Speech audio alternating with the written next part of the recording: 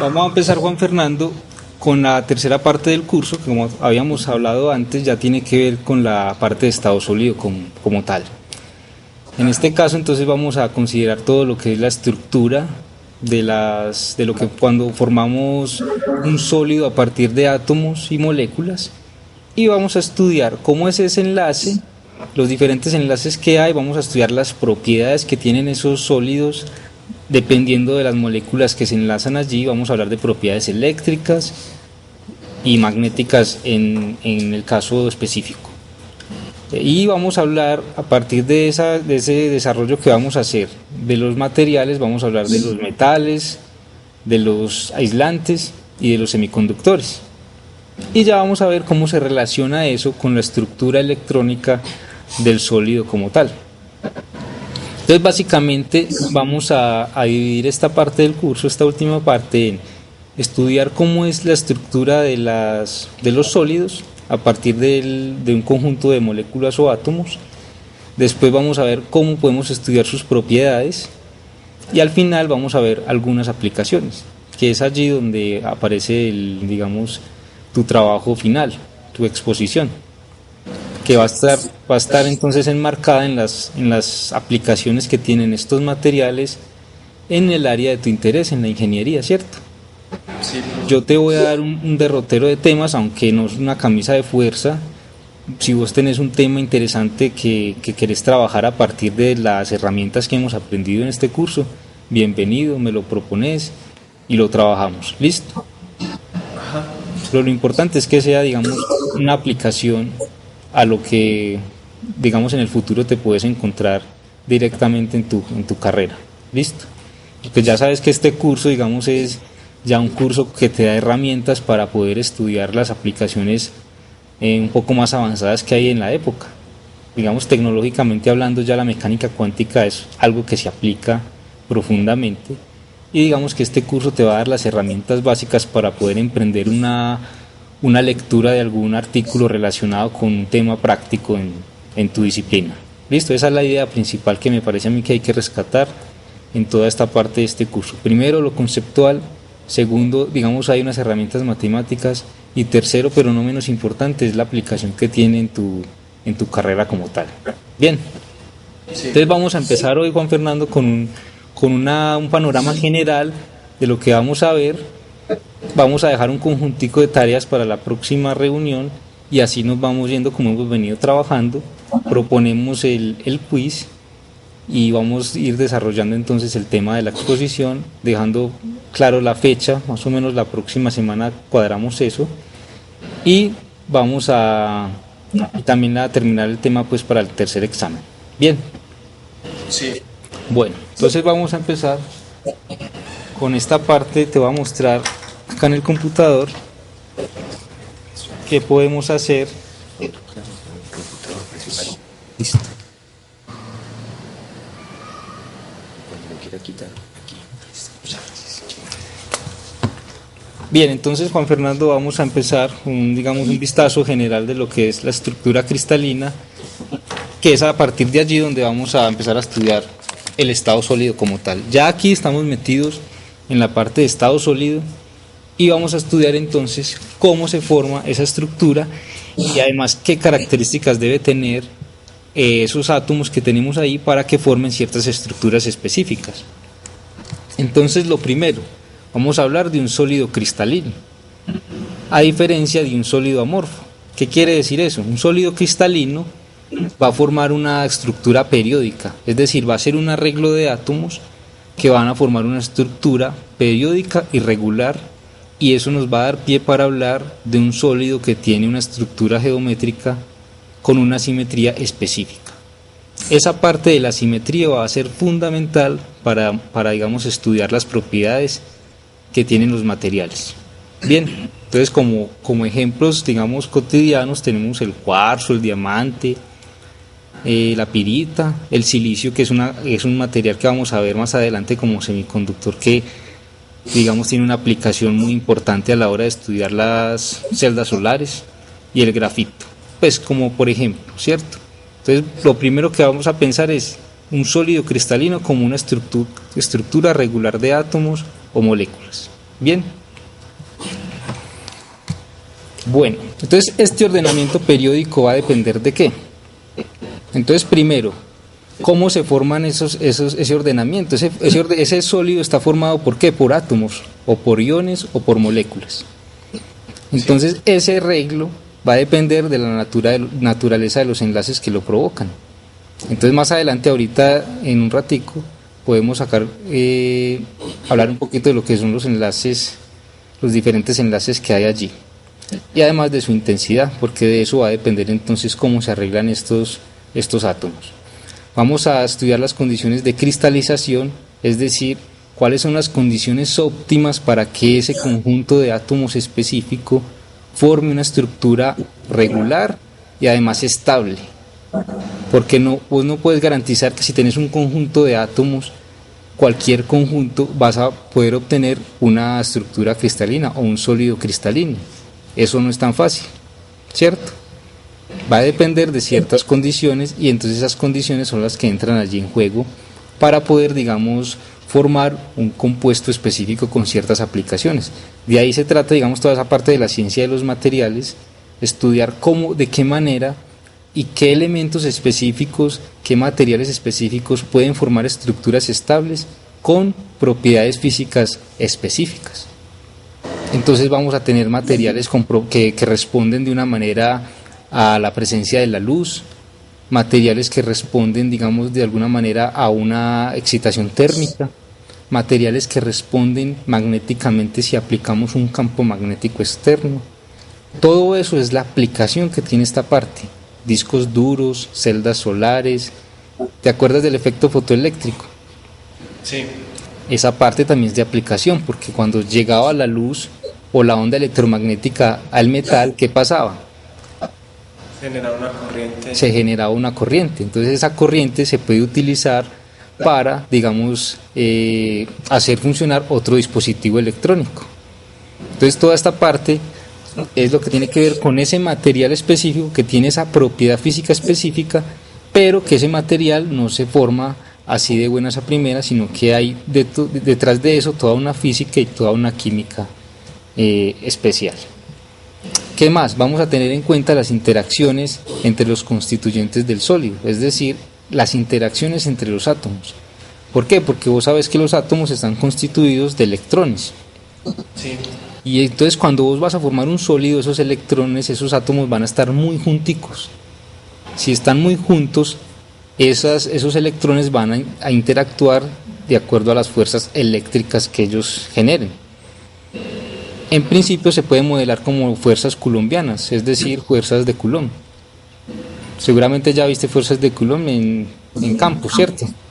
Sí. Exacto, entonces eso va a generar una interacción entre electrones y va a generar una energía electrostática. Bien, entonces mira que la cosa va cambiando mucho porque ya no tenemos un átomo aislado, sino un conjunto de átomos cuyos electrones van a estar interactuando, y eso ya es un problema mucho más complicado porque un átomo que tenga bastantes electrones, pues vas a tener que considerar la interacción entre todos esos electrones entre unos con otros. Entonces es allí donde se hace, digamos, útil lo que es la mecánica cuántica y la física estadística, que fueron los dos temas anteriores que hemos visto. Bien, entonces vamos a definir un poquito más profundamente esta parte de la estructura cristalina. Vamos a definir lo que es la red de Bravais. Esta red de Bravais cumple ciertas condiciones específicas. Entonces vamos a decir, es un arreglo, digamos, ideal, es un modelo. Entonces por eso hablamos de un arreglo infinito. Es decir, no vamos a considerar efectos de borde. Entonces vamos a considerar primero como un arreglo infinito de puntos en el espacio, no de átomos ni de moléculas, sino de puntos. Estamos hablando de una definición geométrica.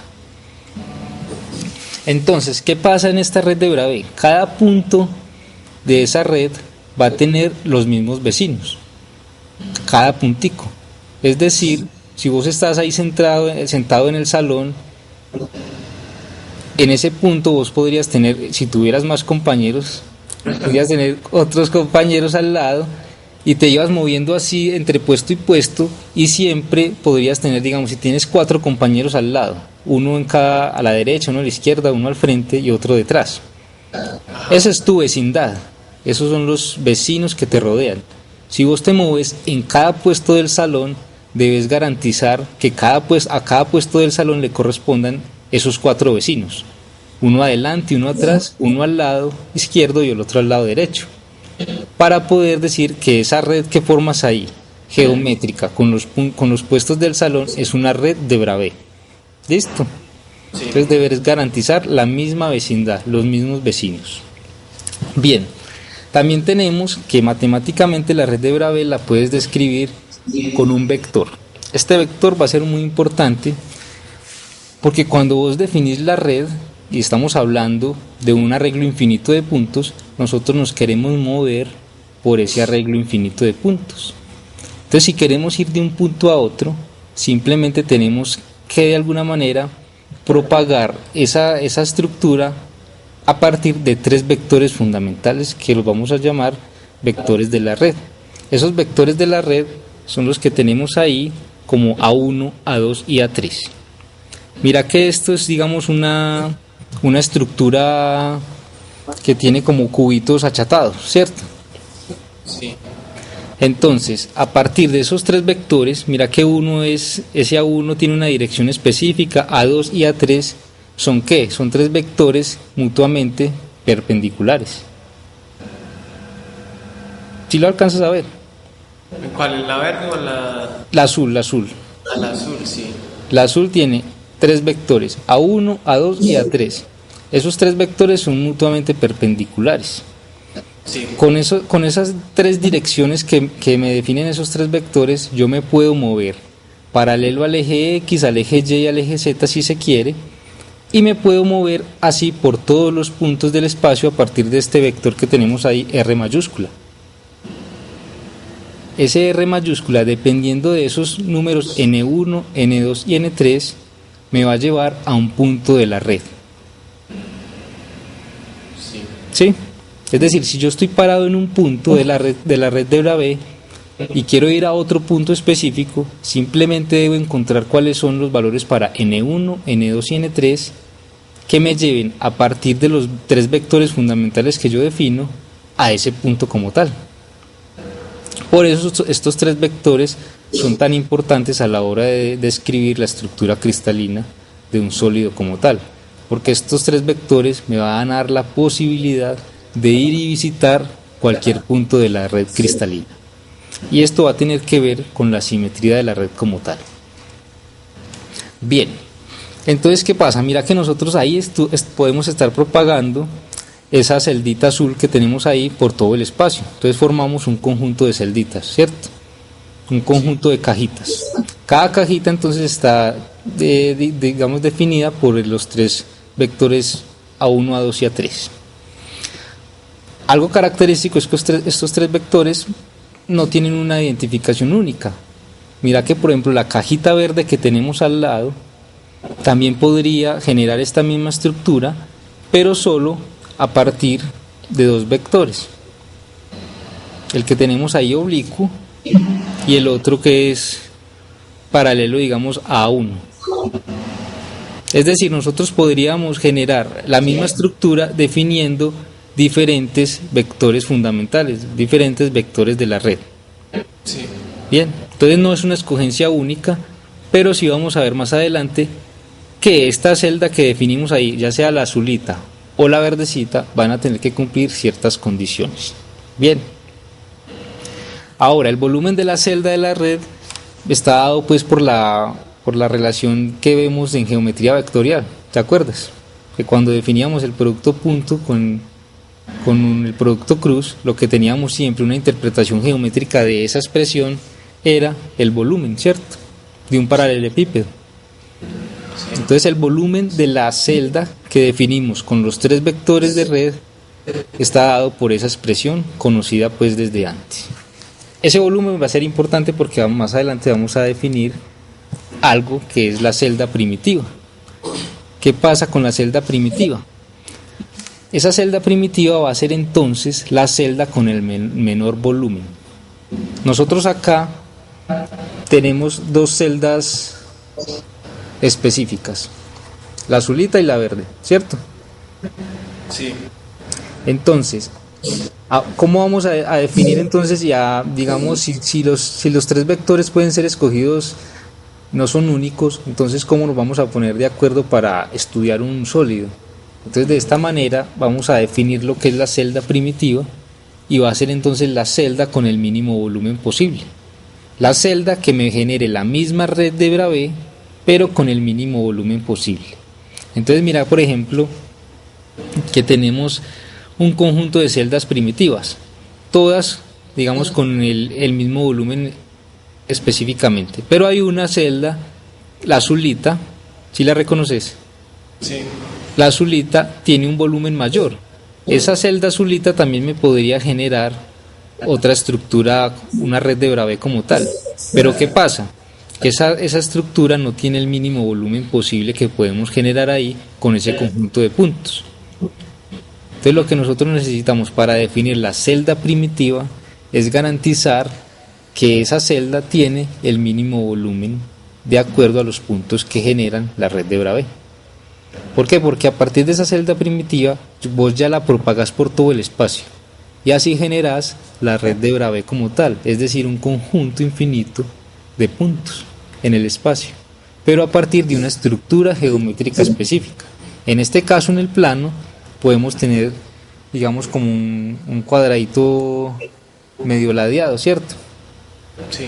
En ese caso, ese cuadradito lo vamos a propagar por todo el espacio como una fotocopia. Lo vamos propagando y así, bajo esa estructura, es decir, bajo la celda primitiva, con copias de la celda primitiva, nosotros formamos el conjunto de red de Bravais. Bien, hasta ahora, Juan Fernando, no hemos hablado de átomos ni de moléculas. Esto es una estructura geométrica.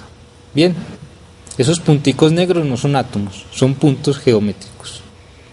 Bien, Sí. perfecto. Entonces ahora sí, vamos a definir entonces la estructura cristalina. Bajo este modelo nosotros debemos tener una red cristalina, una red de Bravais, que es, digamos, la parte geométrica que tenés ahí, la red, y a esa red le vamos a sumar una estructura atómica que vamos a definir como la base. Entonces esa base simplemente va a ser el grupo de átomos que van a formar la celda unitaria, es decir, la celda primitiva. ¿Qué estamos haciendo ahí entonces? Mira que la suma de la red de Bravais, que es la estructura geométrica, más una base constituida de átomos colocados en esos puntos que me genera la red geométrica, me van a formar una estructura cristalina. Mira que, por ejemplo, la base puede ser un átomo que ahí vamos a conocer como rojo y el otro verde, ¿sí? Esa es, digamos, una estructura atómica. ¿Qué vamos a hacer con esa estructura? La vamos a llevar a cada punto de la red geométrica y vamos a formar lo que tenemos entonces como un resultado general, que es la estructura cristalina. ¿Sí la ves ahí? Sí, la de la derecha. La de la derecha, exacto. Mira que la de la derecha es simplemente poner la base en cada punto de la red en cada punto de la red geométrica de Bravais. Sí. Bien. Y mira que, por ejemplo, el arreglo queda distribuido geométricamente. Es el mismo para cada punto. Entonces es como definir una copia en todo el espacio como tal. Pero entonces, una cosa es la red de Bravais, que es una estructura geométrica, y otra cosa es la estructura cristalina. La estructura cristalina entonces es una red geométrica de puntos a la que le sumamos una estructura atómica que vamos a llamar base. Esa base puede ser un átomo solo o puede ser un conjunto de átomos que se van a ubicar en cada punto de la red y van a formar una estructura cristalina. Entonces esa combinación es muy importante, saber cómo se forma entonces la estructura cristalina como tal. Bien, entonces, por ejemplo, esta red que tenemos ahí, esta red geométrica, ¿por qué no es una red de Bravais?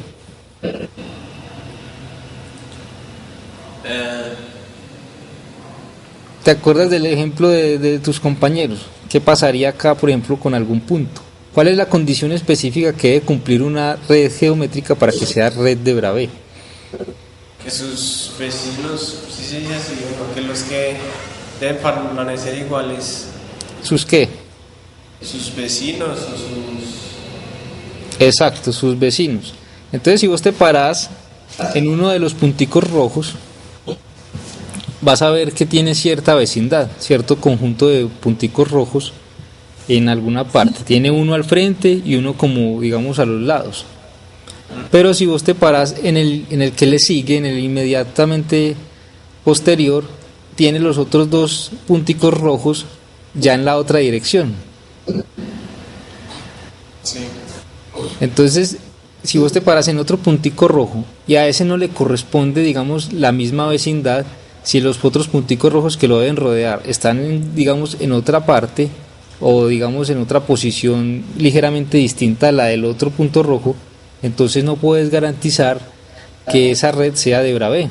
¿Por qué? Porque cada punto que la constituye no tiene la misma vecindad, no lo rodean el mismo arreglo, digamos, geométrico de puntos. Bien. Sí. Pero entonces esta red se puede convertir en una red de Bravais con una base. Es decir, nosotros podemos imponerle a cada punto de la red anterior una base. Esa base va a ser, puedes distinguir allá esos dos vectores en amarillo. Sí. Esa base va a estar constituida de esos tres, digamos en este caso, átomos. Los punticos rojos en este caso van a ser átomos, porque ya estamos poniendo una base. Entonces recuerda que la base es digamos, un conjunto de átomos o un átomo como tal, que se pone en cada punto de la estructura geométrica. Entonces en este caso estamos poniendo esos átomos en esa estructura y mira que lo podemos propagar a través del espacio como una réplica de esa estructura que me generan ahí esos dos vectores en amarillo. Me generan como un cuadradito y yo lo puedo propagar en todo el espacio. Ahí sí genero una red cuyos átomos sí tienen la misma vecindad. Entonces ahí sí puedes hablar de una red de Bravais con una base. Es decir, ya estás hablando de una estructura cristalina. ¿Listo? Sí. Bien. Pero solo hablamos de estructura cristalina porque le agregamos la base a la estructura geométrica. Cuando hablamos de estructura geométrica y una base atómica, entonces esa combinación me genera la estructura cristalina como tal. Bien. Bueno, algo muy importante que debemos tener a lo largo de lo que vamos a desarrollar con más detalle a medida que nos vayamos encontrando más adelante es la parte de la simetría. Mira que nosotros podemos formar estructuras entonces geométricas, podemos formar estructuras a base de combinaciones atómicas que forman una estructura geométrica específica. Esas estructuras geométricas van a tener ciertas simetrías. Por ejemplo, la simetría traslacional. ¿Qué quiere decir la simetría traslacional? Que vos te moves por todo, digamos, la estructura geométrica que genera la red de Bravais, te mueves hacia adelante, hacia atrás, y eso te va a dar pie a que las propiedades, cada vez que te movas de un punto a otro, no cambien. ¿Por qué? Porque vos estás garantizando que la vecindad de cada punto sea la misma, ¿cierto? Sí. Entonces, al garantizar eso, vos te podés mover por toda la red, por toda la estructura cristalina, y vas a tener una simetría de traslación. Es decir, lo que yo obtengo acá, ubicado en este punto, si me muevo a partir de lo que me dice ese vector R mayúscula, me muevo hacia otro punto de la red, esas condiciones atómicas no van a cambiar. Es decir, si no cambia cuando me traslado, estoy hablando de algo que es igual y estoy hablando de una simetría.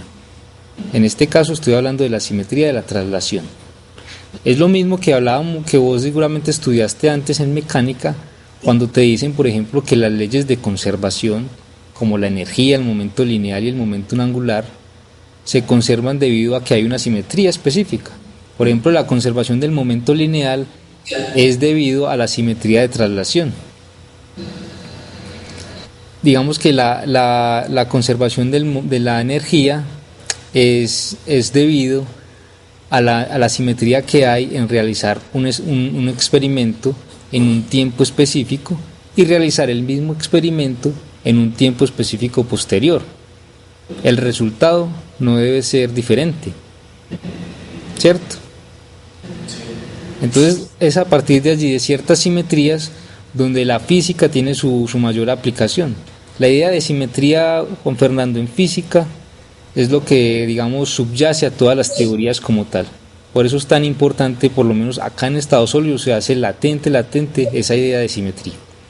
Entonces, simetría translacional, me puedo mover por toda la red y, digamos, el entorno atómico no va a cambiar. Si no cambia el entorno atómico, entonces no van a cambiar, digamos, ciertas propiedades que pueden tener esa estructura cristalina. También podemos tener simetrías rotacionales. Es decir, si yo tengo una estructura que es cúbica y yo, digamos, roto el cubo 180 grados, por ejemplo, voy a obtener el mismo cubo. Si los digamos, los extremos, los átomos que estén en los vértices del cubo son los mismos, yo roto el cubo, ¿qué voy a obtener? El mismo cubo. Entonces voy a obtener una simetría de rotación como tal. Entonces esas rotaciones se van a hacer a lo largo de ciertos ejes específicos. En este caso puede ser, digamos, si estamos hablando en 3 dimensiones, podemos hablar de rotaciones alrededor del eje X, alrededor del eje Y, del eje Z, o de otro eje específico que vos definás, ya con ciertos ángulos específicos. Pero siempre vas a poder obtener ciertas simetrías de rotación, es decir, si rotás y obtenés la misma estructura. Entonces estas rotaciones se van a hacer, digamos, alrededor de ángulos específicos. Pues puedes hacer rotaciones de 2pi sobre n, siendo n un entero, y vas a obtener rotaciones diferentes si n es 2, 3, 4 y 6. Bien, no vas a obtener rotación, digamos, no vas a obtener una simetría si haces una rotación de 2 quintos, 2pi quintos, por ejemplo. Simplemente vas a tener rotaciones simétricas que te van a dar una simetría específica si utilizas, digamos, estos ángulos de rotación. Bien, por ejemplo, tenemos las reflexiones en un plano, ¿cierto? Entonces vos puedes tener, digamos que si definís un plano específico y vos ves que al lado y lado del plano hay una simetría específica, entonces tenés una simetría especular. Es como un espejo. Vos si tenés la estructura cristalina como tal y definís un plano, escoges un plano y ves que al lado y lado del plano no hay ninguna diferencia, está la misma estructura. Entonces ahí es como un espejo y tenés una simetría específica. Se llama simetría especular. También puedes tener un centro de simetría, como el que tenemos ahí para la... Mira que aquí lo que tenemos anterior es un plano y aquí lo que tenemos es un punto, como el origen más o menos, ¿cierto? El origen en el segundo, las inversiones. Entonces mira que definimos un plano y ahí está, digamos, el origen. Sí. Y a partir de ese origen tenemos una simetría. Si intercambiamos esos dos punticos verdes que tenemos ahí, vamos a obtener una simetría específica, una simetría de inversión. Es como si vos cambiaras esos dos punticos que están uno en P' y el otro en P. Si los cambias, ¿qué pasa? No va a cambiar el sistema. No. Pero entonces la simetría ahí respecto a ¿qué? A un punto, que es el punto, digamos, origen de ese plano cartesiano que dibujamos ahí. Entonces ahí lo que tenemos es un centro de inversión, es un punto de simetría, mientras que el anterior es un plano. Bien. Sí. Y también tenemos rotaciones compuestas, es decir, vos puedes hacer una rotación y luego una reflexión y obtener el mismo resultado como tal. Mira, por ejemplo, este caso que tenemos ahí, ese plano, vos puedes rotar 180 grados ese sistema y luego puedes trazar con un plano, digamos, en la mitad de esos dos puntos y simplemente reflejar el uno en el otro y obtendrías el mismo sistema como tal. Lo importante es reconocer este conjunto de simetrías para poder, digamos, hacer un desarrollo específico de cuáles son las propiedades que cumplen cada estructura cristalina, porque vamos a obtener varias estructuras cristalinas como tal y cada una tiene entonces sus propiedades de simetría. Si vos vamos a ver, digamos, estructuras de ciertos elementos o de ciertos compuestos, entonces algo fundamental que vamos a tener que estudiar es cuáles son sus simetrías. Bien, porque a cada simetría entonces siempre se le asocia una interpretación física específica. Bien, entonces, en el caso general, la mayoría de los compuestos tienen digamos que forman estructuras cristalinas cúbicas. Y esas se dividen en 7 tipos, y dependiendo entonces de los parámetros de red, que van a ser esos vectores, ¿te acuerdas? El A1, A2 y A3. Sí. Dependiendo de eso, entonces hacemos una clasificación de esas estructuras cristalinas. Entonces, a partir de eso, vamos a definir entonces las estructuras triclínico, monoclínico, ortorrómbico, tetragonal, la cúbica, la trigonal y la hexagonal.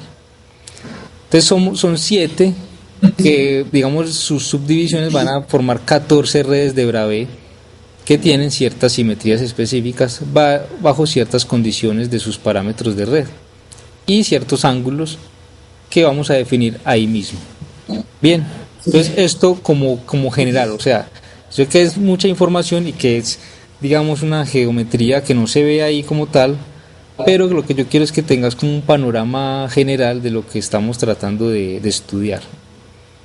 Bien, entonces es simple, vamos a desarrollar más adelante con ejemplos concretos y a medida que vayamos avanzando en las tareas, este tipo de estructuras y digamos cuál es, digamos, en la aplicación de las estructuras que vamos a estudiar, qué estructuras forman.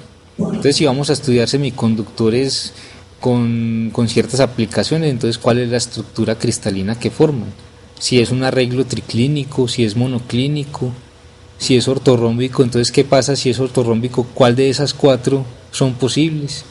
Entonces eso es muy importante porque cuando yo tengo un material, por ejemplo, que yo hago en el laboratorio, yo en principio no sé qué estructura forman, porque yo lo que quiero es formar un compuesto objetivo a partir de otros elementos.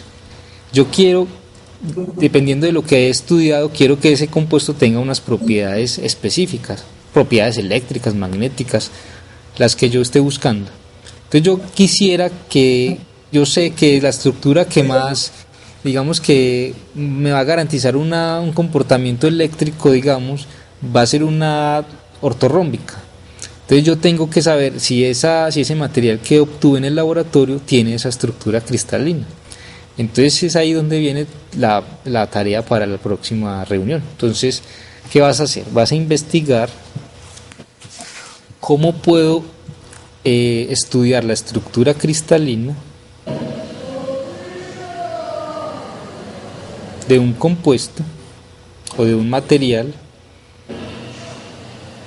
a partir de medidas de rayos X.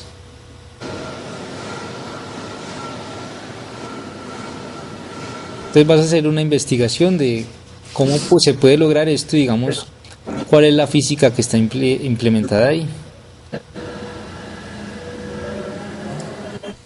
¿Por qué? Porque yo con esta medida de rayos X puedo saber específicamente cuál es la estructura cristalina que tengo en ese material.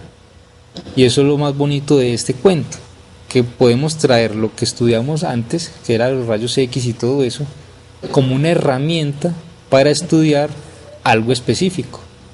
Como los rayos X como tal me van a decir, sin lugar a dudas, cuál es la estructura geométrica de ese compuesto que yo logré. Entonces, cuando yo estoy haciendo una investigación y quiero buscar ese material con ciertas propiedades físicas, yo encuentro que el patrón de difracción de rayos X me da cierta información y yo veo que esa estructura, digamos que hay ciertos elementos de ese patrón de difracción que me dicen que la estructura que he formado no es la que yo quiero. Entonces, si eso ocurre, yo tengo que cambiar las condiciones de mi experimento para poder llegar a la estructura que estoy buscando. Entonces mira que algo que en principio no podríamos saber, que es algo microscópico, ese arreglo de átomos y moléculas microscópico, cómo lo vamos a observar, cómo podemos entonces hacer uso de la, digamos, del avance tecnológico a partir de las ideas de la física y estudiar esta estructura a partir de medidas de rayos X. Entonces eso es lo que quiero que mires y relaciones con esta parte del estado sólido. Esa parte de difracción de rayos X es fundamental a la hora de estudiar, digamos, el estado sólido como tal. Fundamental. Entonces por eso quiero que la tratemos acá en este espacio. Bien. Entonces, en este caso, hemos visto, digamos, un panorama general de lo que vamos a empezar a estudiar. De todas maneras, faltan ciertas bases matemáticas y digamos que cuando lleguemos a la parte de, digamos, analizar la estructura electrónica que forman los sólidos como tal, vamos a hacer uso entonces, obviamente, de la mecánica cuántica. Vamos a ver, porque estamos hablando de átomos ya que van a estar muy junticos, y vamos a echar mano entonces de la idea de cuantización de la energía, pero ya la energía no va a estar cuantizada en unos niveles específicos, sino que en este caso la energía va a estar, las energías posibles para esos electrones van a estar ubicados en bandas de energía. Entonces ya no hablamos de niveles específicos como veníamos haciendo antes, sino que vamos a hablar de bandas posibles de energía. Y a partir de esas bandas de energía vamos a poder estudiar entonces cómo es digamos, la respuesta de ese sólido a ciertas condiciones, ya sean a ciertas condiciones externas como campos eléctricos, magnéticos, temperatura, y cómo reaccionan también a la interacción con una onda electromagnética. Entonces vamos a empezar con, digamos, a definir lo que es la parte de estructural de los enlaces, cómo se forman entonces, cómo se juntan dos átomos y qué tiene que ver allí en esa parte físicamente. Entonces vamos a pasar al proyector.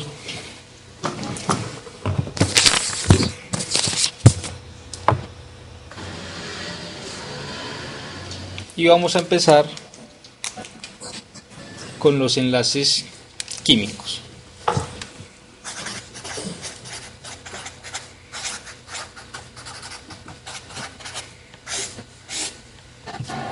¿Qué sabes de los enlaces químicos?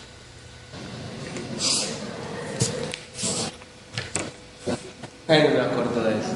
Pues, lo que en el colegio, mejor dicho. Más o menos. ¿Qué palabras se te vienen a la cabeza cuando te hablan de enlace químico?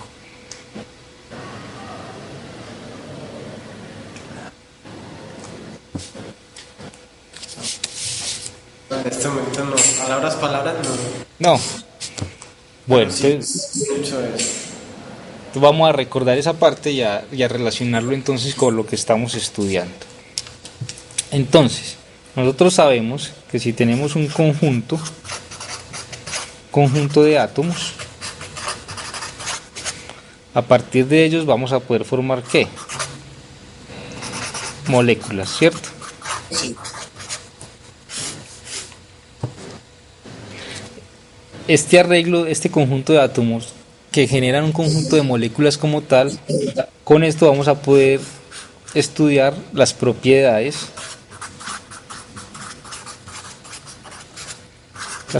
físicas y químicas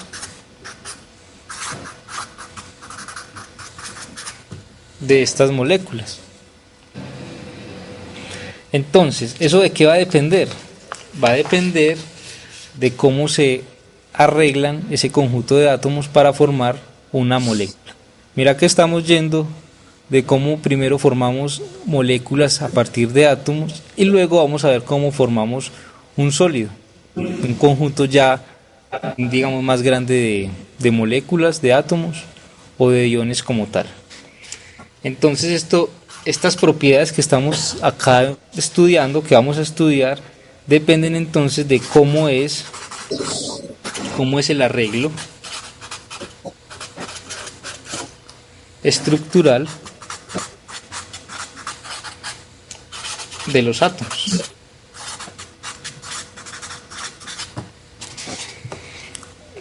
Entonces ahí va a depender entonces qué tipo de átomos estoy estudiando y va a depender también cómo es la estructura electrónica de cada átomo como tal. Es decir, ¿te acordás que cuando estuvimos estudiando el átomo, nosotros pensábamos el átomo como un núcleo y un conjunto de electrones que están alrededor de él, que sabemos que no es que estén orbitando realizando una órbita circular, sino que el electrón está alrededor del núcleo y que vos lo puedes encontrar en una posición con una probabilidad específica, ¿cierto? Sí. Pero que no puedes decir al mismo tiempo cuál es su velocidad y su posición. ¿Debido a qué? Al principio de incertidumbre. Al principio de incertidumbre. Entonces lo único que podemos hablar de un electrón que está alrededor del núcleo es la probabilidad de encontrarlo en un punto específico o en una región específica. Entonces ya no podemos hablar de que el electrón está dando vueltecitas como el planeta Tierra alrededor del Sol. Eso es un modelo obsoleto y equivocado a partir de la mecánica cuántica. Nosotros ya interpretamos el átomo como un conjunto, un núcleo con un conjunto de electrones que forman una nube de probabilidad alrededor del núcleo. Podemos encontrar al electrón con una probabilidad específica de que esté en un lugar específico. Bien, eso para el caso de un átomo. Entonces cuando yo tengo dos átomos, un átomo A y un átomo B, cada uno con su estructura electrónica específica, el hecho de que yo pueda formar una estructura a partir de esos dos átomos AB, mi estructura nueva va a ser la unión de esos dos, va a depender fuertemente de cómo estén distribuidos los electrones en esta nube electrónica. ¿Te acordás entonces que hablábamos de capas de electrones? Que un átomo podría entonces tener una capa de electrones más cercana al núcleo, que la llamábamos la capa S, luego la capa P y así sucesivamente. Que al final era posible que un electrón estuviera, digamos, menos acoplado al núcleo y que a partir de ahí entonces era más susceptible a que ese electrón pudiera salir de ese átomo. Sí. Entonces, claro, cuando vamos a hablar de formar un compuesto específico a partir de estos dos átomos, va a depender ello de cuáles sean los electrones que están en su capa más externa. Entonces va a depender, por ejemplo, si este átomo tiene dos electrones en su capa más externa y a este le faltan o tiene dos posibilidades de que en él caigan dos electrones, esta interacción entre este átomo A y este átomo B es factible de que formen una estructura estable. ¿Por qué? Porque es posible que estos dos electrones que tengo acá puedan pasar a los dos espacios que tiene el átomo B. Si eso es así, entonces es posible obtener una estructura en principio estable, porque lo que queremos es formar algo que pueda perdurar, ¿cierto? Sí. Entonces es a partir de la estructura electrónica de cada átomo que me va a generar entonces cuál es la posibilidad que yo tengo de que dos átomos queden, digamos, unidos, entre comillas, y formen una molécula. Entonces eso va a depender de cuál es la estructura electrónica de cada átomo como tal. Entonces, por ejemplo, nosotros vamos a estudiar estos mecanismos de enlace porque entonces vamos a estudiar cómo es la interacción entre cada átomo y entonces esos átomos se van a unir, se van a enlazar, pero vamos a estudiar entonces cuáles son esos mecanismos.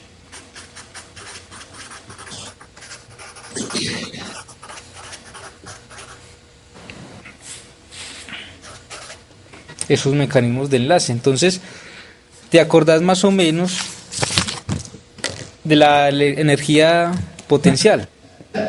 Sí. ¿Cierto? En este caso, como estamos hablando de interacción entre electrones, vamos a tener energía potencial ¿qué?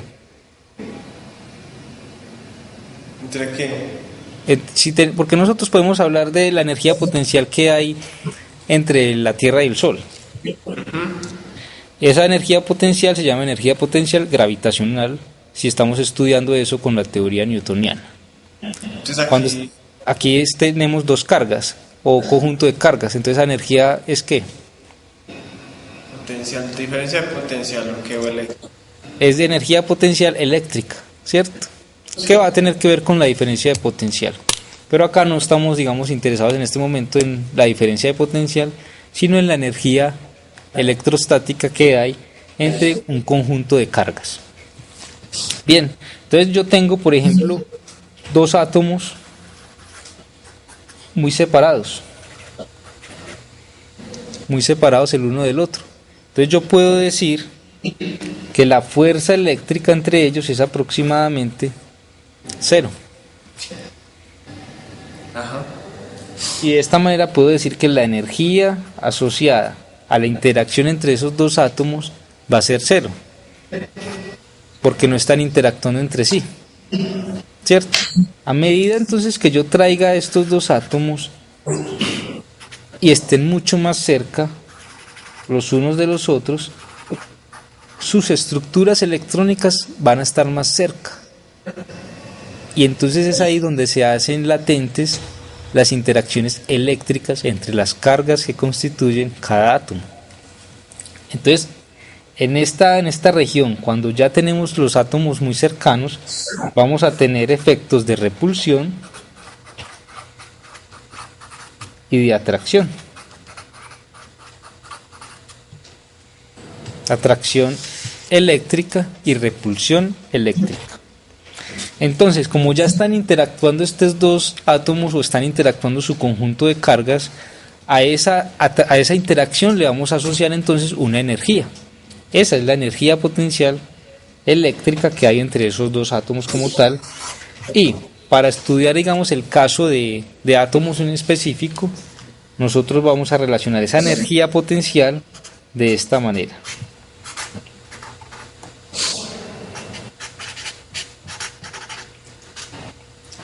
¿Qué tenemos allí? Tenemos una dependencia de la energía potencial eléctrica solo de la distancia que separa a los átomos. Esa distancia R es la distancia que separa a los átomos que estamos estudiando allí. Estas letras A y B me señalan unas constantes y la potencia N y M van a ser números enteros muy pequeños en este caso. Bien, Sí. porque obviamente tenemos las distancias internucleares, las distancias entre cada átomo muy pequeñitas y elevados a una potencia, ¿cierto? Necesitamos que sean una potencia pequeña como tal. Entonces, esta estructura de la energía potencial, ¿cómo la podemos ver gráficamente? Nosotros tenemos cómo es la dependencia de la energía potencial en términos de la distancia que separa a los átomos. Entonces, en este caso, nosotros podemos tener un comportamiento de este tipo.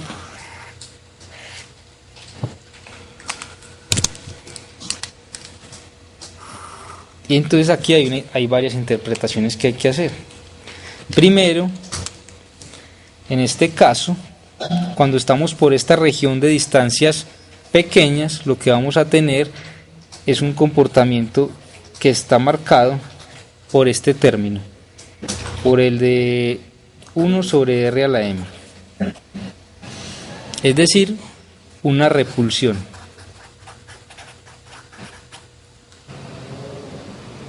Y cuando estemos por esta región, ya a distancias un poco más grandes, vamos a tener en términos de este otro factor, 1 sobre R a la N, pero negativo. Y me va a dar información acerca de la atracción. Atracción eléctrica y repulsión eléctrica, ¿cierto? Ahí está la combinación de los dos términos que acabamos de copiar en la dependencia de la energía potencial. Otra cosa muy importante es que vos puedes ver que acá hay un ¿qué? Mínimo. Un mínimo, ¿cierto? Entonces ese mínimo nos va a definir un punto de equilibrio.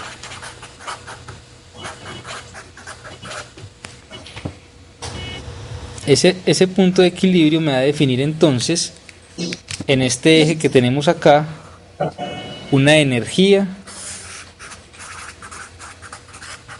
de equilibrio. Es decir, la energía necesaria para que esos dos átomos que se están acercando formen una estructura estable.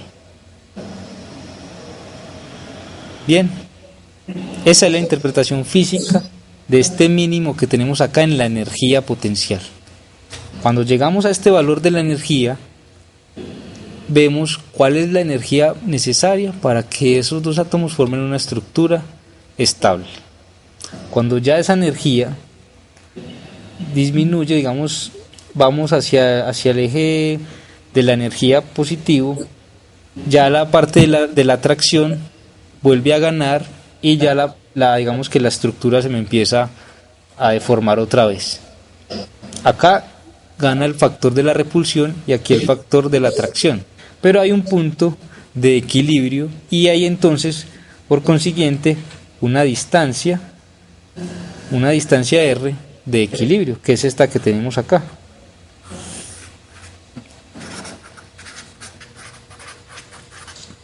Una distancia entre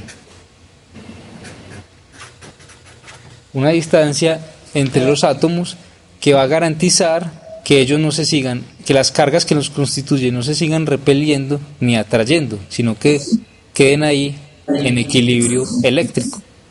¿Bien? Sí. Muy bien. Entonces esta parte de esta energía potencial va a ser muy importante para poder entender cómo es entonces la formación de una molécula a partir de dos átomos como tal. ¿Por qué? Porque en una molécula nosotros vamos a tener, además de la energía que teníamos antes, que era energía de traslación, y una energía electrónica, es decir, nosotros tenemos en total, lo que habíamos estudiado era energía electrónica que corresponde a la atracción o a la repulsión que hay entre los electrones, más una energía de traslación que tiene que ver si la molécula se mueve o no. Por ejemplo, en un gas. En un gas vos tenés un conjunto de moléculas que se están moviendo dentro del recipiente que la contiene y tienen entonces una energía cinética asociada con la traslación, ¿cierto? Hasta ahí era lo que considerábamos para los átomos. Pero ya cuando estamos hablando de moléculas tenemos otras contribuciones de energía, que es la energía vibracional y la energía rotacional. Vos sabes, por ejemplo, cómo funciona el microondas.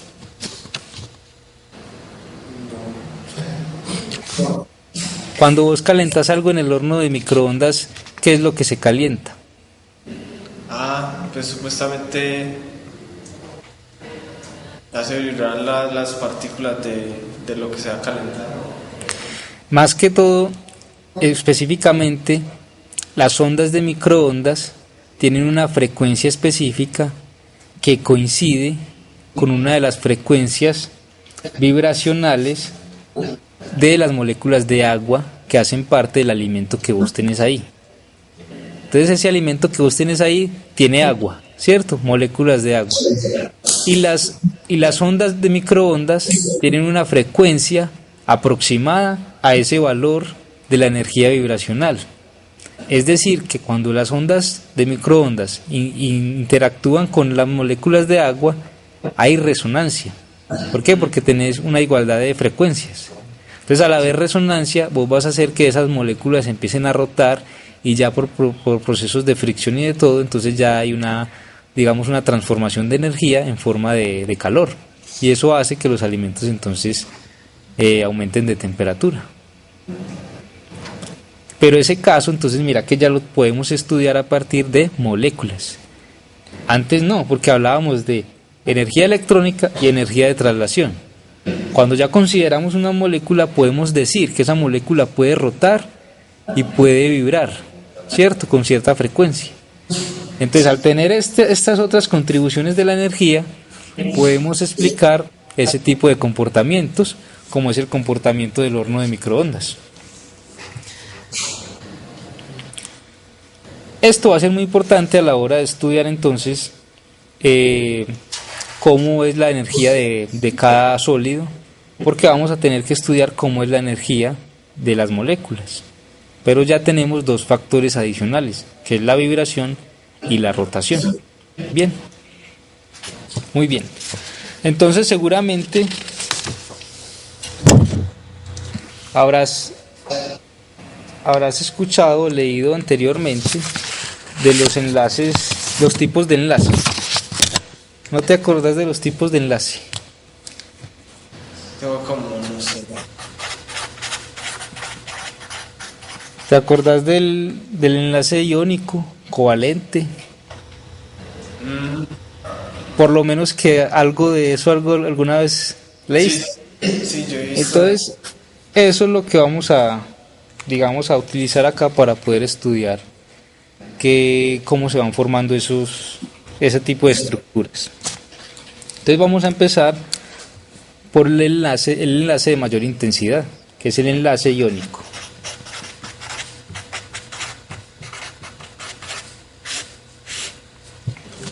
Entonces, ¿qué pasa en este tipo de enlace? Vos puedes tener dos átomos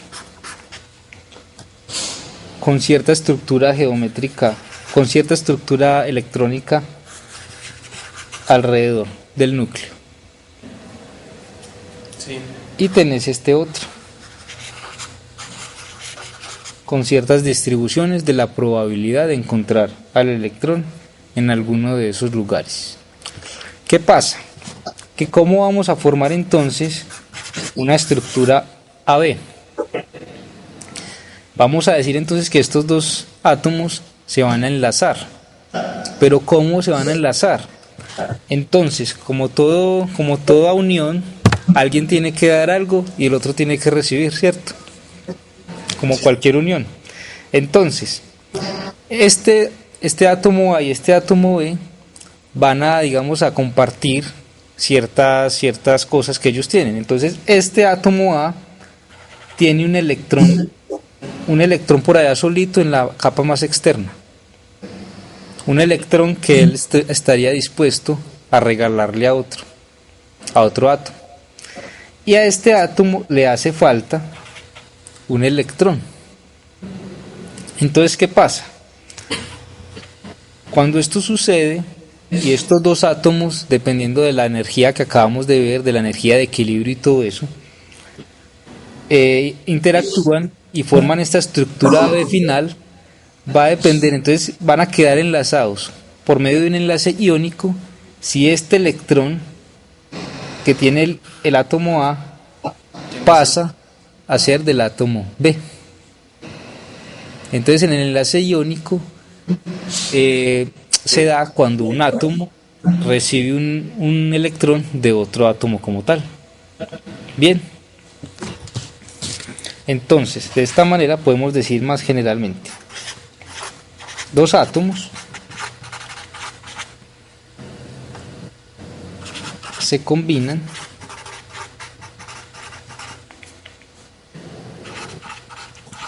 de forma que uno o más electrones se transfieran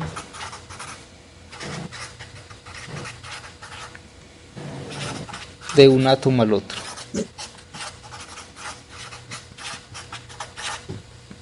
Eso es, digamos, en palabras lo que acabamos de ver, digamos, más conceptualmente. Entonces tenemos un átomo que puede donar un electrón y un átomo que lo puede recibir. Entonces cuando ese enlace se da de esa manera, entonces estamos hablando de un enlace iónico. ¿Qué pasa? Este es el enlace de mayor intensidad, es decir, que romper esa molécula necesitaría más energía como tal que romper una molécula formada por medio de enlaces covalentes, que ya vamos a ver qué son, o de Van der Waals. Entonces este es el enlace con una intensidad mayor. Necesitarías una energía mayor para romper esta molécula en los dos constituyentes que la forman, en este ejemplo particular, dos átomos, que se forman a partir de un enlace iónico en esta otra, digamos, especie química AB. Para volver a obtener estos átomos por separado necesitarías una energía considerable comparada con los otros enlaces. Bien. Entonces, ¿qué pasa? ¿Cómo vamos a definir esta energía requerida para que el electrón vaya al otro átomo como tal? Entonces a esta energía la vamos a llamar energía de afinidad electrónica.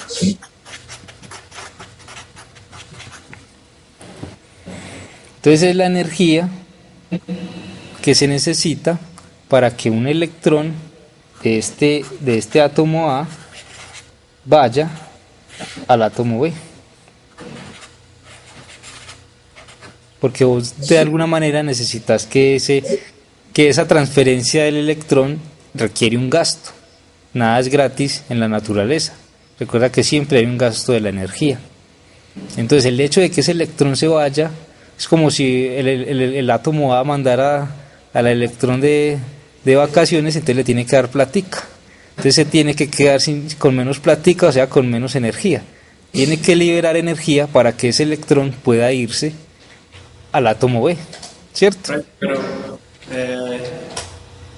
el enlace en sí, ¿por qué se da? Pero, o sea, pues los átomos se quedan unidos juntos.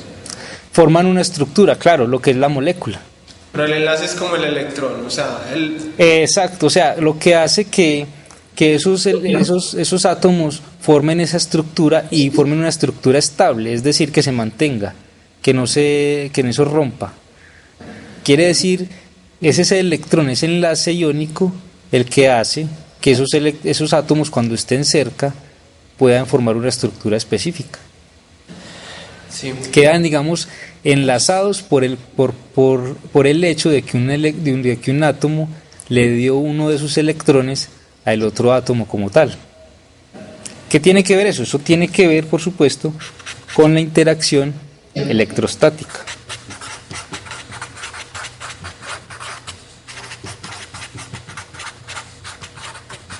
Vos sabes que entre electrones entonces hay fuerzas de repulsión y de atracción, dependiendo pues del conjunto de cargas que tenga cada átomo. Entonces esas fuerzas que intervienen ahí en algún momento pueden llegar a equilibrarse. Lo vimos cuando estudiamos ahorita el diagrama de la energía. Hay un punto de equilibrio dependiendo de la distancia que separa esos átomos. Entonces cuando se forma ese equilibrio podemos decir o podemos de alguna manera intuir que que se está formando una estructura estable debido a que esas fuerzas electrostáticas de alguna manera por la distribución de los electrones se están cancelando. Por eso el hecho de que un electrón pase al otro átomo de alguna manera es para decir nos estamos repeliendo mucho o nos estamos atrayendo mucho. Si yo le doy a usted un electrón, es posible que esa interacción entre cargas se neutralice y podamos estar junticos o separados a una distancia específica y mantenernos ahí por mucho tiempo. ¿Cierto? Entonces es eso, es como estudiar y digamos, si se están atrayendo mucho, entonces de alguna manera la estructura no va a ser estable. Si se están repeliendo mucho, la estructura tampoco va a ser estable. ¿Cómo se puede, digamos, neutralizar eso? Cambiando la estructura electrónica de uno de los dos. Bien. Sí. Bueno. Muy bien. Entonces, estábamos hablando de que el átomo A necesita entonces liberar una energía para que este electrón vaya al átomo B. Y de la misma manera, el átomo B va a recibir al electrón que viene del átomo A. Este átomo B también debe tener entonces una energía, su energía también va a cambiar por el hecho de que llega el electrón con una energía específica. Pero ¿qué pasa? Que no es la misma energía con la que sale el electrón con la que llega B. No llega con la misma energía. Entonces, a esa diferencia de energía que tenemos cuando el electrón es liberado por el átomo A y llega al átomo B cuando lo recibe, le vamos a llamar energía de activación. Entonces tenemos la diferencia entre la energía invertida, es decir, la energía que le da el átomo A al electrón para que vaya a B, menos la energía liberada, va a ser igual a ¿qué? A la energía de activación.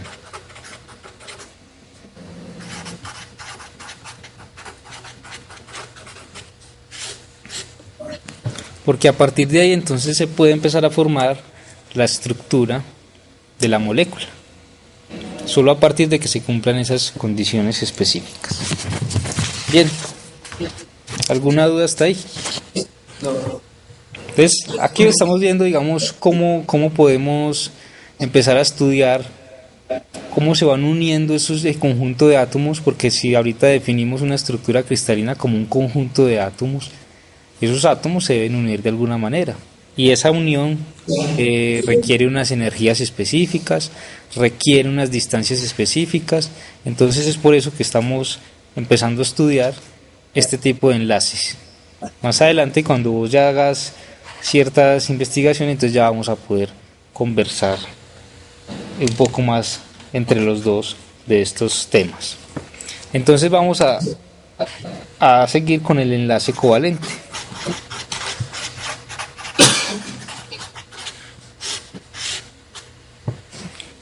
El enlace covalente es entonces un electrón compartido.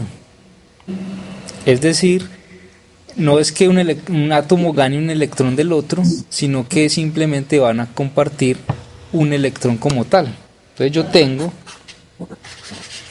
el átomo A que venimos trabajando, el átomo B, y ellos simplemente van a ponerse de acuerdo para compartir un electrón como tal. Entonces, ¿qué pasa? Para que ellos dos se unan y forman esta estructura AB, ¿qué va a pasar? Se van a poner de acuerdo para compartir un electrón. Entonces, la idea es que ese electrón, la probabilidad de que ese electrón lo encontremos en la mitad, o digamos entre las estructuras electrónicas de cada átomo. Entonces ellos tienen unas estructuras específicas y el otro tiene una estructura específica, pero cuando esas dos estructuras se solapen, simplemente la unión se va a dar y se va a formar una estructura estable si van a compartir un electrón como tal. Bien. Sí. ¿Qué pasa? Que este enlace como tal no es tan intenso como el iónico. Este enlace, digamos, para romper ese enlace que hay entre los átomos A y B, necesitaríamos menos energía en comparación siempre pues con la energía para romper el enlace iónico.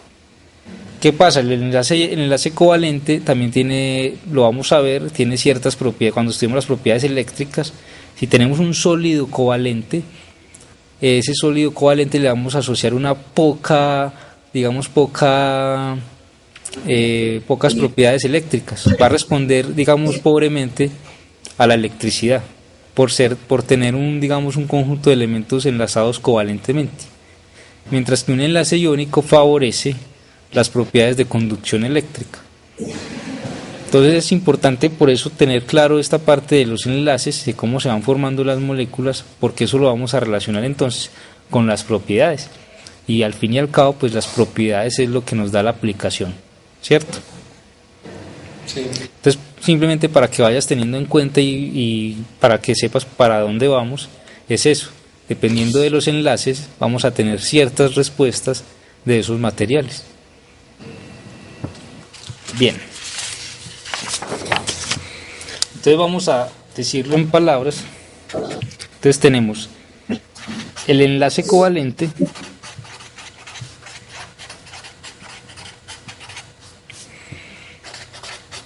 entre dos átomos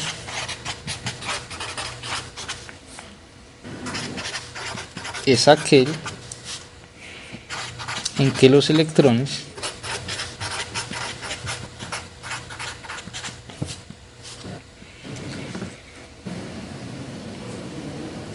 comparten un electrón.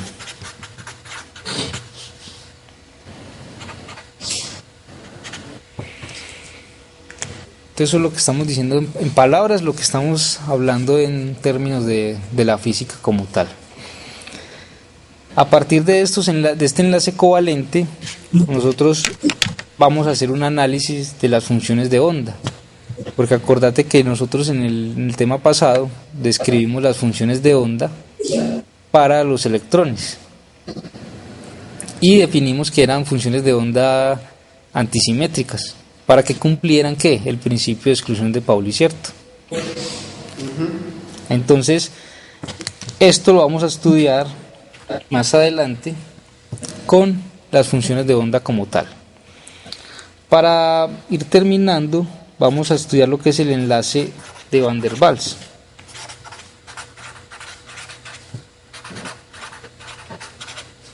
Este enlace es uno de los enlaces más débiles que hay y se da simplemente en moléculas, digamos, que estén formadas por átomos que tengan toda la capa externa llena.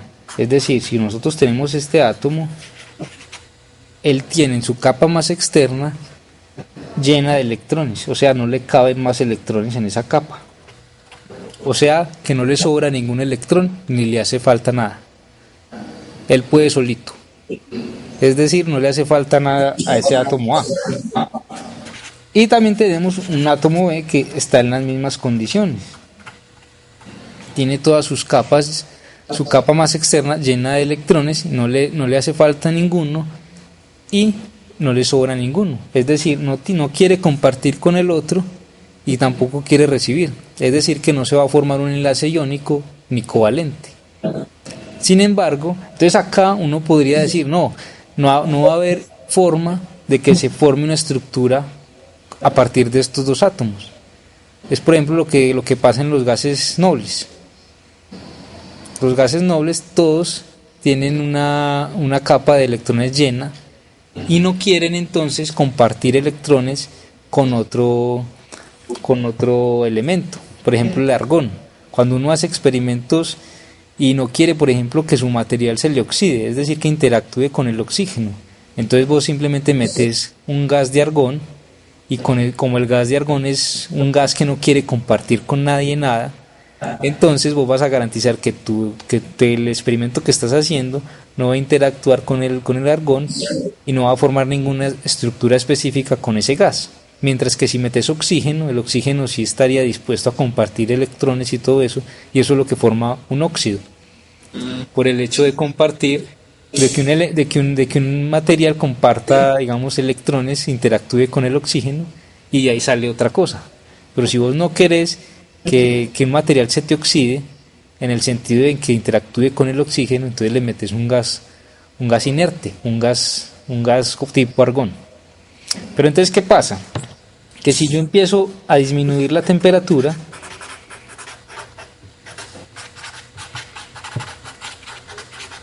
se empiezan a observar ciertas interacciones que no tienen explicación a partir de los enlaces covalente e iónico, ¿cierto? Entonces, ¿qué pasa? A partir de que bajamos la temperatura, el gas inerte que estamos estudiando se va a condensar. Y luego, si seguimos bajando la temperatura, va a estar en estado sólido. Cuando llegue al estado sólido, uno encuentra que es posible que esas dos moléculas que en principio, esos dos átomos que en principio no estarían dispuestos a interactuar el uno con el otro, empiezan a interactuar de alguna manera. ¿A qué se debe esto? Se debe a que, digamos, el ordenamiento de las cargas alrededor del núcleo no tiene una estructura simétrica. Es decir, cuando vos juntas esos dos átomos, vos puedes decir o pensar que hay como un centro de cargas positivas separado de un centro de cargas negativas. Lo ideal sería que estos dos coincidieran en la misma región. Digamos, como el mayor conjunto de cargas positivas y negativas estuvieran cerca de una región. Pero se empieza a observar que están, digamos, alejadas a una distancia específica. Entonces, ¿qué pasa cuando vos tenés una carga acá? Digamos, carga positiva y carga negativa separadas a una distancia d. ¿Cómo se le llama eso en física? Es una fuerza eléctrica. Y a ese sistema de dos cargas, una positiva y una negativa separadas a una distancia, ¿cómo lo llaman en campos? Dipolo. Un dipolo, exacto. Entonces, ¿qué pasa acá? Cuando esto sucede, si se cumplen estas condiciones, empieza a haber una interacción eléctrica a partir de la interacción entre dipolos eléctricos.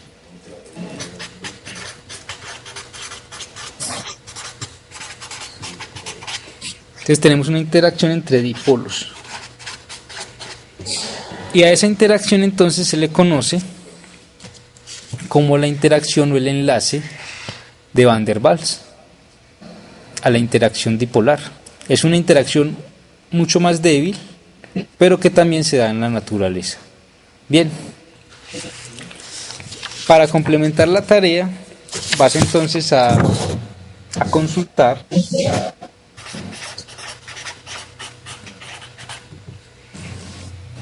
el enlace de hidrógeno.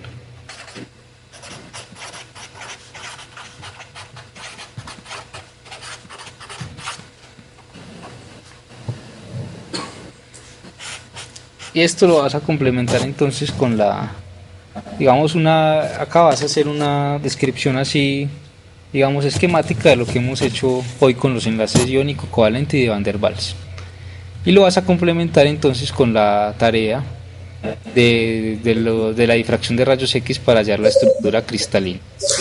A partir de digamos, esa lectura que vas a hacer y de esa investigación, entonces ya vamos a tener elementos para abordar juntos el tema que sigue, que ya es entonces entrar en la discusión de cómo son las energías que intervienen a la hora de formar un sólido como tal.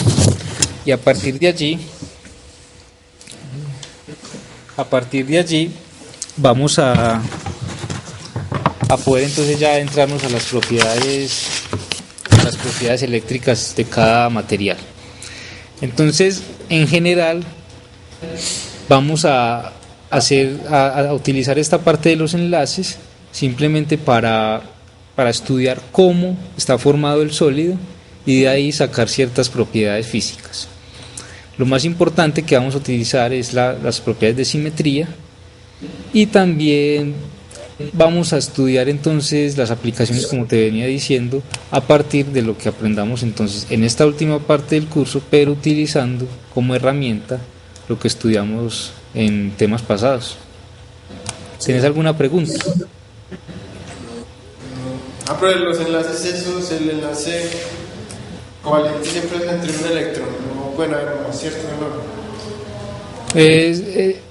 Es posible que se dé entre más electrones, pero digamos estadísticamente mucho más difícil, porque digamos es mucho más fácil que vos tengas un átomo que esté dispuesto a compartir un electrón con otro. Entonces ahí las condiciones dependen de cuál es la estructura electrónica de cada átomo, es decir, cuál es el número de electrones que tiene en su capa más externa. Entonces, por lo general, es mucho más fácil que se comparta uno de los electrones, ¿cierto? Porque lo que vos querés al fin y al cabo es formar una estructura que tenga una mínima energía, como lo vimos en el diagrama de energía. Queremos que la energía de formación sea mínima, ¿cierto? Entonces, digamos que ese esquema de un electrón es la que me puede, digamos, garantizar esa ese mínimo de energía. Bien, Sí, bueno, entonces queda claro las tareas. sí, profe. Listo, Juan Fernando. ¿Y cómo vamos con la bibliografía? ¿Te puede servir el libro que me contaste la otra vez por correo? Ah, sí, pues yo creo. Tiene unas hojas que le faltan, pero pues incluso los temas están organizados de la misma manera y todo eso. Ah, bueno, perfecto. Entonces de ahí puedes complementar entonces la lectura y ya entonces quedamos a la espera del primer tallercito de este tema. ¿Listo?